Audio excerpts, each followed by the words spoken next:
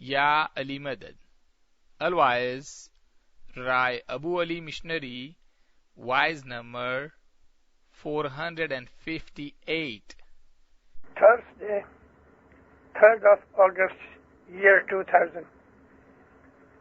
My wife in Westport in Connecticut in United States.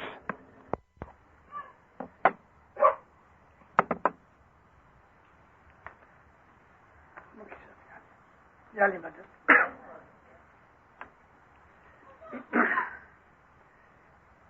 میں بہت خوش ہوا آپ لوگوں کو مل کے. اچھی جماعت ہے. آج میں انشاءاللہ آپ کو کچھ باتیں سنوں گا. مومنو یاد رکھو کہ ہم ایک ایسی دنیا میں آئے ہیں کہ جس دنیا کے اندر گناہ بہت ہیں. نارتھ امریکہ، کینیڈا اور یونائٹڈ اسٹیٹس، یہ وہ علاقہ ہے کہ اس علاقے کے اندر گناہ بہت ہے، اور اس کے لیے ہمیشہ مولا کی پروٹیکشن لیتے رہو. اے جی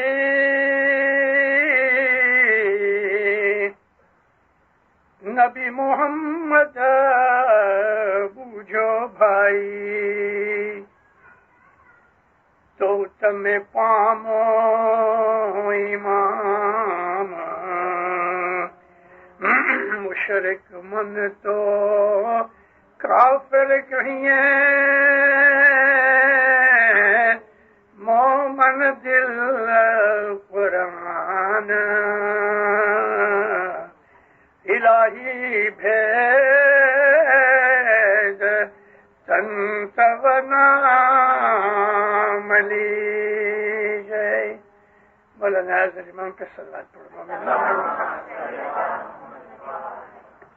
اے دیندار، آپ مومن ہو سب الحمدللہ،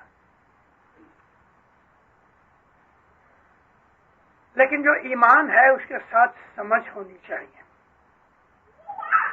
مولانا حضرت امام مرتضی علی کے زمانے سے لے کے ہمارے ہر امام نے اس جامع تک ہم کو یہ کہا کہ تم عقل سے اپنے مذہب کو سمجھو. حضرت امام کتنا فرمایا کہ تمہارا جو مذہب ہے وہ انٹلیکٹ یعنی عقل کے ساتھ لگا ہے، اور عقل سے ہمیں اپنے مذہب کو سمجھنا چاہیے تاکہ ہمارا ایمان مضبوط ہوئے. جب ہمارے اندر علم اور عقل دونوں چیزوں کی ضرورت ہے، جب ہم ان چیزوں کے اندر یعنی اپنے مذہب کو سمجھتے نہیں تو شیطان کے فریب میں آنا ایزی ہو جاتا ہے. آج کی دنیا ایسی ہے کہ کمیونیکیشن بہت ہے، لوگ گھومتے ہیں پھرتے ہیں، پیپر پڑھتے ہیں، میگزین پڑھتے ہیں، ٹی وی دیکھتے ہیں، ریڈیو سنتے ہیں، لوگوں سے ملتے جلتے ہیں.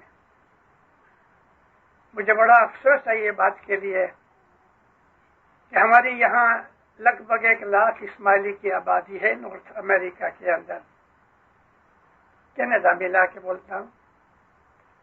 لیکن جب کسی جوان کو، کسی آدمی کو، عورت یا مرد کو کوئی مسلمان کبھی یہ پوچھتا ہے کہ بھئی تم تو مسلمان نہیں ہو، تو ہمارے منہ بند ہو جاتے ہیں. کیا ہم مسلمان ہیں؟ ہاں، تو اس کو کہو نا کہ ہم مسلمان ہیں. تو جب یہ کہو گے کہ ہم مسلمان ہیں تو وہ کہے گا تم تو نماز نہیں پڑھتے. تو پھر کیا بولو گے؟ اس کو کہو ہم نماز پڑھتے ہیں. نہیں تم نماز نہیں پڑھتے. اب یہاں ہمیں یہ علم ہونا چاہیے کہ نماز کیا ہے. قرآن پاک کے اندر نماز کا لفظ نہیں ہے. یہ لفظ ایرانیوں نے جب وہ آگ کی پوجا کرتے تھے، جیسے کہ پارسی لوگ ہیں، ان کے مذہب میں عبادت کو نماز کہتے ہیں. اللہ نے صلاۃ کا لفظ یوز کیا ہے قرآن میں، اور صلاۃ کا مطلب ہوتا ہے دعا مانگنا.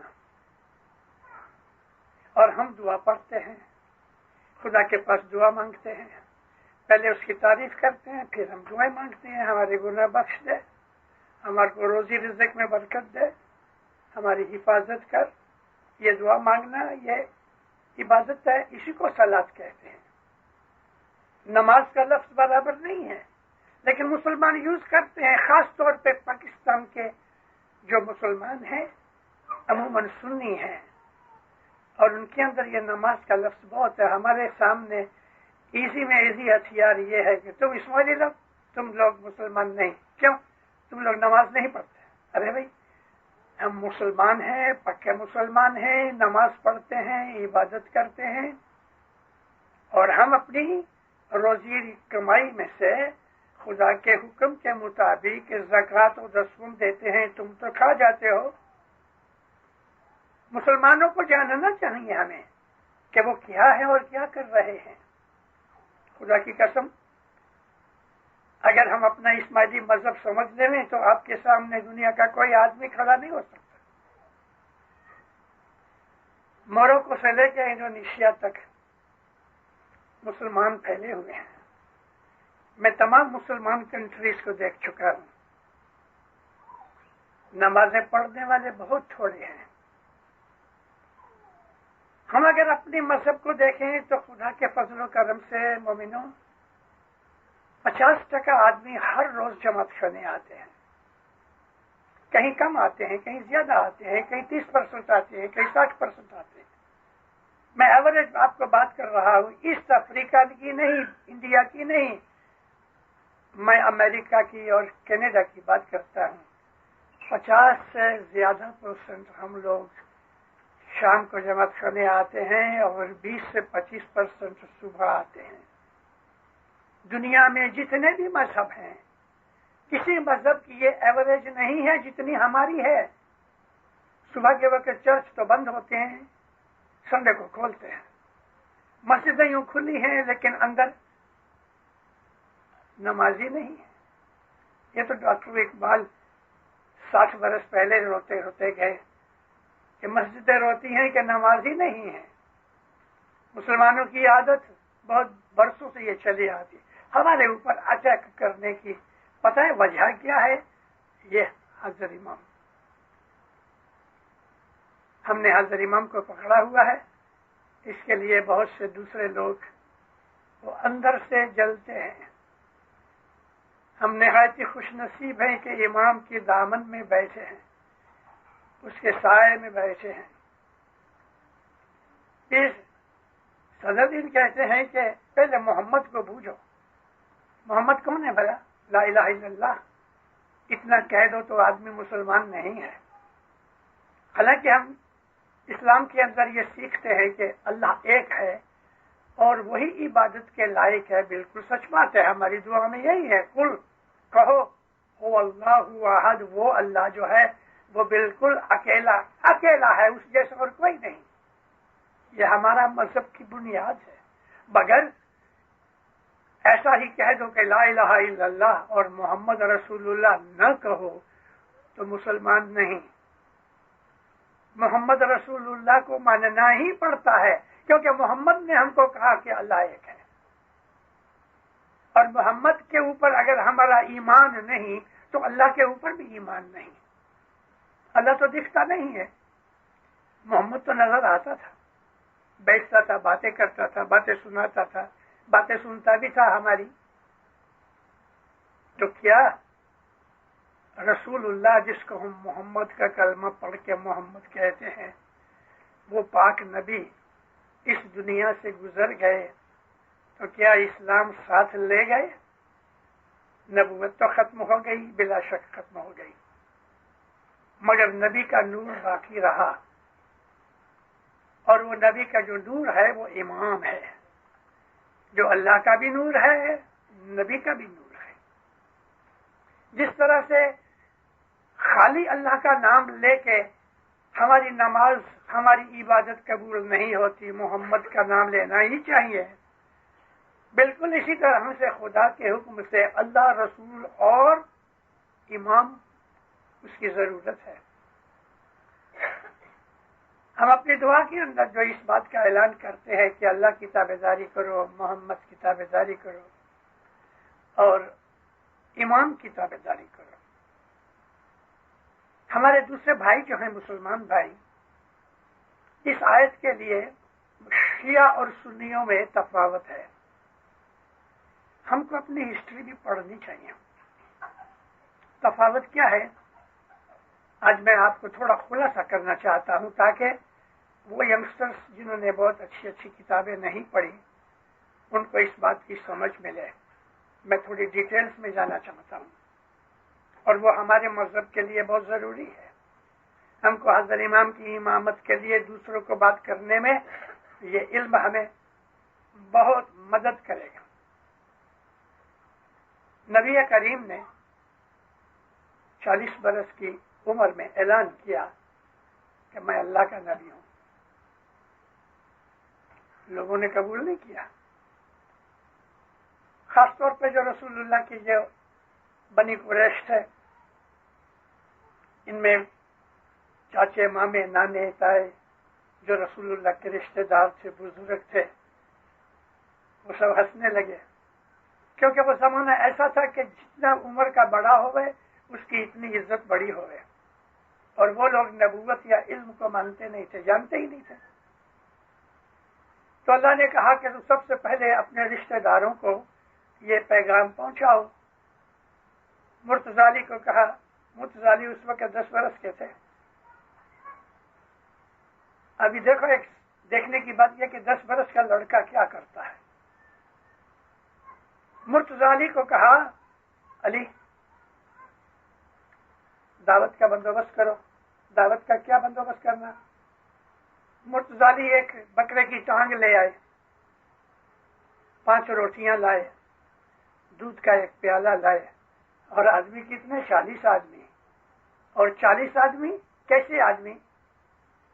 جب یہ دعوت کی نبی نے اپنے چاچاؤں کو وغیرہ کو، بزرگوں کو بلایا، 40 آدمی ان کے سامنے جب یہ کھانا رکھا تو ہنس پڑے. محمد کیا ہم سے تو نے مذاق کیا؟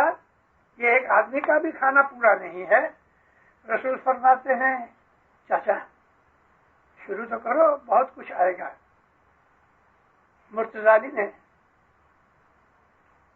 بکرے کی ٹانگ جو سب سے پہلے بیٹھا تھا لیفٹ سائڈ سے شروع کیا. اس نے ایک بوٹی توڑی، پھر روٹیاں رکھی تو روٹی کا لقمہ توڑا، دودھ کا پیالہ دیا، تھوڑا دودھ پیا. دوسرے نے ایک بوٹی توڑی، روٹی توڑی، دودھ پیا.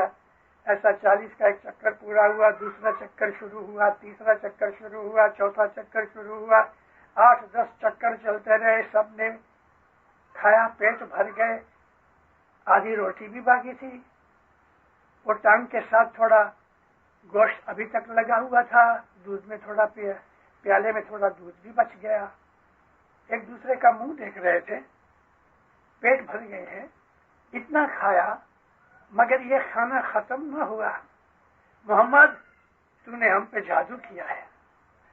یہ جادو نہیں تھا، یہ معجزہ تھا، یہ کرامت تھی. اب رسول اکرم نے کھڑے ہو کے کہا کہ خدا نے مجھے نبی بنایا ہے اور میرا پیغام یہ ہے کہ تم میرے اوپر، میری بات پر یقین کرو، ایمان لاؤ کہ میں خدا کا نبی ہوں. وہ لوگ اللہ کو مانتے تھے.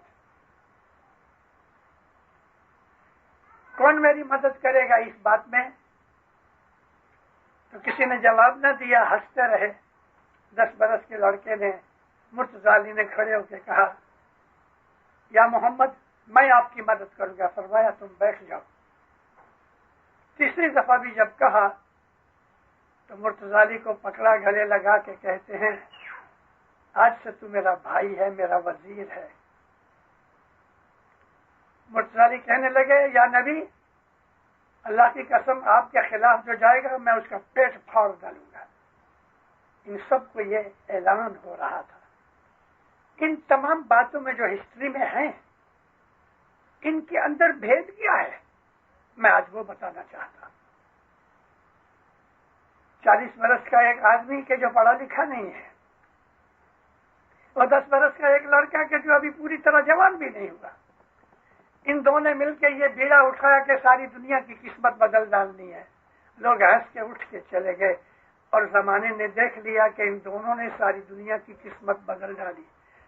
آج دنیا کے اندر ہر 5 آدمی کے بعد ایک مسلمان ہے. نبی کریم کی اس کرامت کو، معجزے کو ہمیں جاننا اور سمجھنا چاہیے. اتنا بڑا نبی کہ تمام نبیوں کا سردار، پڑھا لکھا نہیں ہے لیکن منہ سے جو کلام نکلا ہے وہ الہی کلام ہے کہ آج تک قرآن شریف کا جو چیلنج ہے کسی نے پورا نہیں کیا. قرآن کے اندر جو چیزیں موجود ہیں کسی انسان کی طاقت نہیں اس کو لکھنا. اب سوال پیدا یہ ہوتا ہے کہ رسول اکرم نے مسلمان بنائے اور اتنی کامیابی ملی کہ کسی نبی کو اتنی کامیابی زندگی میں نہیں ملی. موسیٰ علیہ السلام کی ساری نبوت کے درمیان بنی اسرائیل 40,000 بھی نہیں تھے.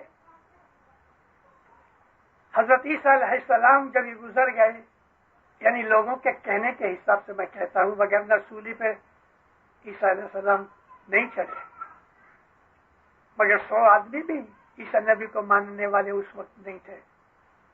اور نبی کریم جب یہ گزر گئے تو اس وقت 2.5 لاکھ آدمی تو صرف مدینے میں تھے مسلمان، اور دوسرے علاقوں کے اندر مسلمان ہو چکے تھے. 4 سے 5 لاکھ مسلمان رسول کی حیاتی میں ہو گئے تھے.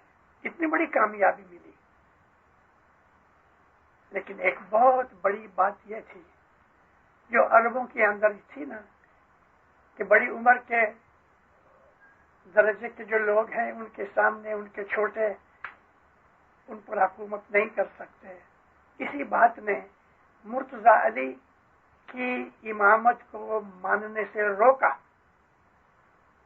کیونکہ جب مرتضی علی 10 برس کی عمر کے اندر انہوں نے نبی کی مدد کی اور 23 برس نبوت کر کے نبی کریم گزر گئے، تو 33 برس کی عمر تھی مرتضی علی کی، اور ان کو اپنے وزارت سونپ گئے کہ میرے بعد یہ تمہارا مولا ہے اور یہ امام ہے.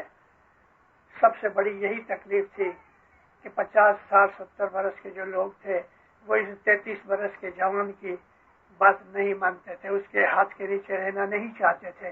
اور یہ جھگڑا حضرت عمر نے کھڑا کیا. حضرت عمر اس وقت 70 برس کے قریب تھے. یہ جی جھگڑے کی جو چیز ہے ہمیں ہر ایک اسماعیلی بچے کو جاننی چاہیے کہ نبی کریم نے غدیر خم پہ علی کا ہاتھ پکڑ کے کھڑا کیا. یہ سچ بات ہے، کوئی انکار تو نہیں کر سکتا. لیکن پھر بھی ابھی لگ بھگ کچھ برس ہوئے ہیں، 20-25 برس، کہ کچھ اسکالر کہہ رہے ہیں کہ غدیر خم کا واقعہ بنا ہی نہیں، کیونکہ اور کوئی رستہ نہیں تو انکار کر دیا. مگر جو سمجھدار ہیں، علم والے ہیں، وہ انکار نہیں کر سکتے. سنیوں کے 30 عالموں نے اس بات کا ذکر لکھا ہے کہ غدیر خم کا واقعہ ہوا ہے. یہ صدر دین فرماتے ہیں کہ تم نبی محمد کو جانو تو تم کو امام کی خبر ملے گی. ایک عقل کی بات ہے کہ اللہ نے 1,24,000 نبی بھیجے. 1,24,000. آخری نبی محمد مصطفیٰ تھے. تو محمد مصطفیٰ کے بعد جبکہ دنیا خراب ہو رہی ہے دن بدن، خدا نے نبوت بند کر دی، تو کیا خدا تعالیٰ نے اپنے بندوں کی ہدایت بند کر دی؟ جب زیادہ ضرورت ہے ہدایت کی اس وقت خدا نے اپنی نبوت کا سلسلہ بند کر کے بندوں سے اپنا ہاتھ اٹھا لیا؟ اللہ کی صفت میں یہ چیز نہیں ہے. سلسلہ جاری رہا. میں آپ کو ایک چھوٹی سی بات بولوں جو عقل کی بات ہے. بچہ پیدا ہوا ہے، بچہ ہے اپنے باپ کا، مگر ماں کے پیٹ سے پیدا ہوا ماں ہی کی گود میں رہا، ماں کا دودھ پیا، ماں نے بڑا کیا. باپ آتا ہے، بچے سے تھوڑا کھیلتا ہے 5 10 20 منٹ، اپنے کام پہ چلا جاتا ہے. بچہ 24 گھنٹے ماں کے ساتھ رہتا ہے. آہستہ آہستہ بڑا ہو رہا ہے. جیسے جیسے بڑا ہو رہا ہے تیسے تیسے ماں سے دور ہٹ رہا ہے. کھیلنے کے لائق ہو گیا تو ماں کو چھوڑ کے کھیل میں پڑ جاتا ہے. یوں کرتے کرتے جبھی وہ 8 10 برس کا ہو گیا، پرانے زمانے کی بات کرتا ہوں اور ابھی نئے بانے کی بھی کرتا ہوں. پرانے زمانے میں کیا تھا کہ 8 10 برس کا بچہ ہو جائے تو باپ کے ساتھ یا کام پر یا دکان پہ چلا جاتا تھا. آج کل اسکول میں چلے جاتے ہیں. میرا کہنے کا مقصد یہ ہے کہ جب بچہ جوان ہوتا ہے تو ماں سے ہٹ جاتا ہے تو باپ کے نزدیک آ جاتا ہے. باپ اس کو دنیا میں بزنس سکھاتا ہے، کمائی کرنا سکھاتا ہے، روزی کمانا سکھاتا ہے، اور سوشل ایکٹیویٹیز کے اندر کس طرح زندگی گزاری جائے یہ سکھاتا ہے. ماں کا کام یہ تھا کہ اس کو پرورش کر کے بڑا کر دے. اب ماں کا کام نہیں رہا. نبوت جو ہے وہ ماں ہے. دنیا کے اندر جب انسانیت پیدا ہوئی، سویلائزیشن آئی، تمدن آیا، تہذیب آئی، ان وقت کے اندر ماں کی ضرورت تھی، یعنی نبوت کی ضرورت تھی. نبی نے کہا جھوٹ مت بولو، دغا فریب مت کرو، ایک دوسرے سے مل کے رہو، حسد نہ کرو. ادب آداب کی جو چیزیں تھی مذہب کی، اس کی بنیادی چیزیں نبیوں نے بتائی انسانوں کو. اور یوں تہذیب بڑھتی گئی. ہزاروں سال ہو گئے اس بات کو.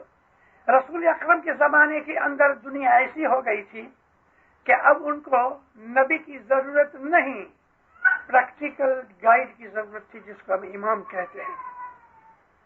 جو لاز تھے وہ پورے ہو گئے. رسول اکرم کی نبوت کے اوپر شریعت مکمل ہو گئی، مذہب مکمل ہو گیا. اور اللہ نے آخری آیت یہ کہے کہ آج میں تمہارے دین کو مکمل کرتا ہوں. الیوم اکملت لکم دینکم، آج تمہارا دین پورا ہوا. کب کہا؟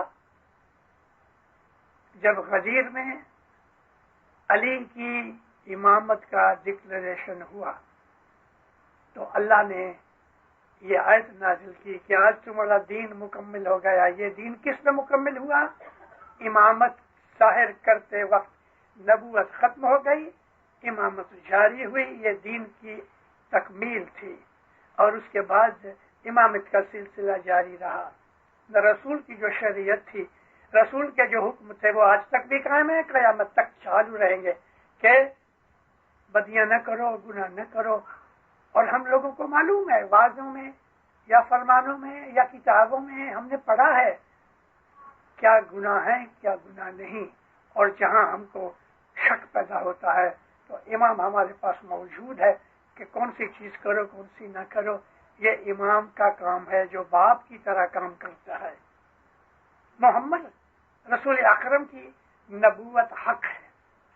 اس کے بعد کوئی نبی قیامت تک نہیں آئے گا اور نبی کی ضرورت بھی نہیں. مگر امام جو ہے وہ ہم کو دین اسلام کے اوپر قرآن اور وہ حدیث کے جو نبی کی سچی حدیث ہے. کیونکہ میں آپ کو کہہ دوں گزاروں کہ ہمارے مسلمانوں کے اندر ایسے بہت سے عالم جو تھے جن کو امام کہتے ہیں علم کے حساب سے. امام بخاری تھے،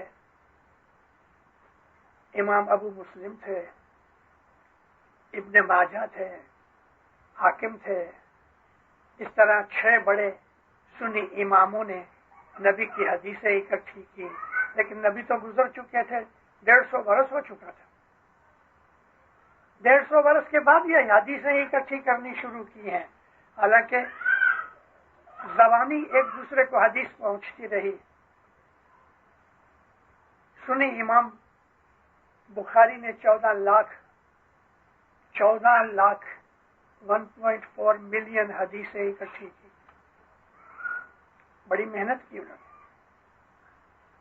ان 14 لاکھ حدیثوں کو لوگوں کے ساتھ مل کے بیٹھے، ایک ایک حدیث دیکھتے رہے. جو حدیثیں 3-4 دفعہ لکھی گئی ان کو پھاڑ دیا گیا. جو حدیثیں دماغ میں نہیں آئی، ان کو پھاڑ دیا گیا. یوں کرتے کرتے لگ بھگ 7,000 ساڑھے 7,000 حدیثیں انہوں نے نکالی. 14 لاکھ میں سے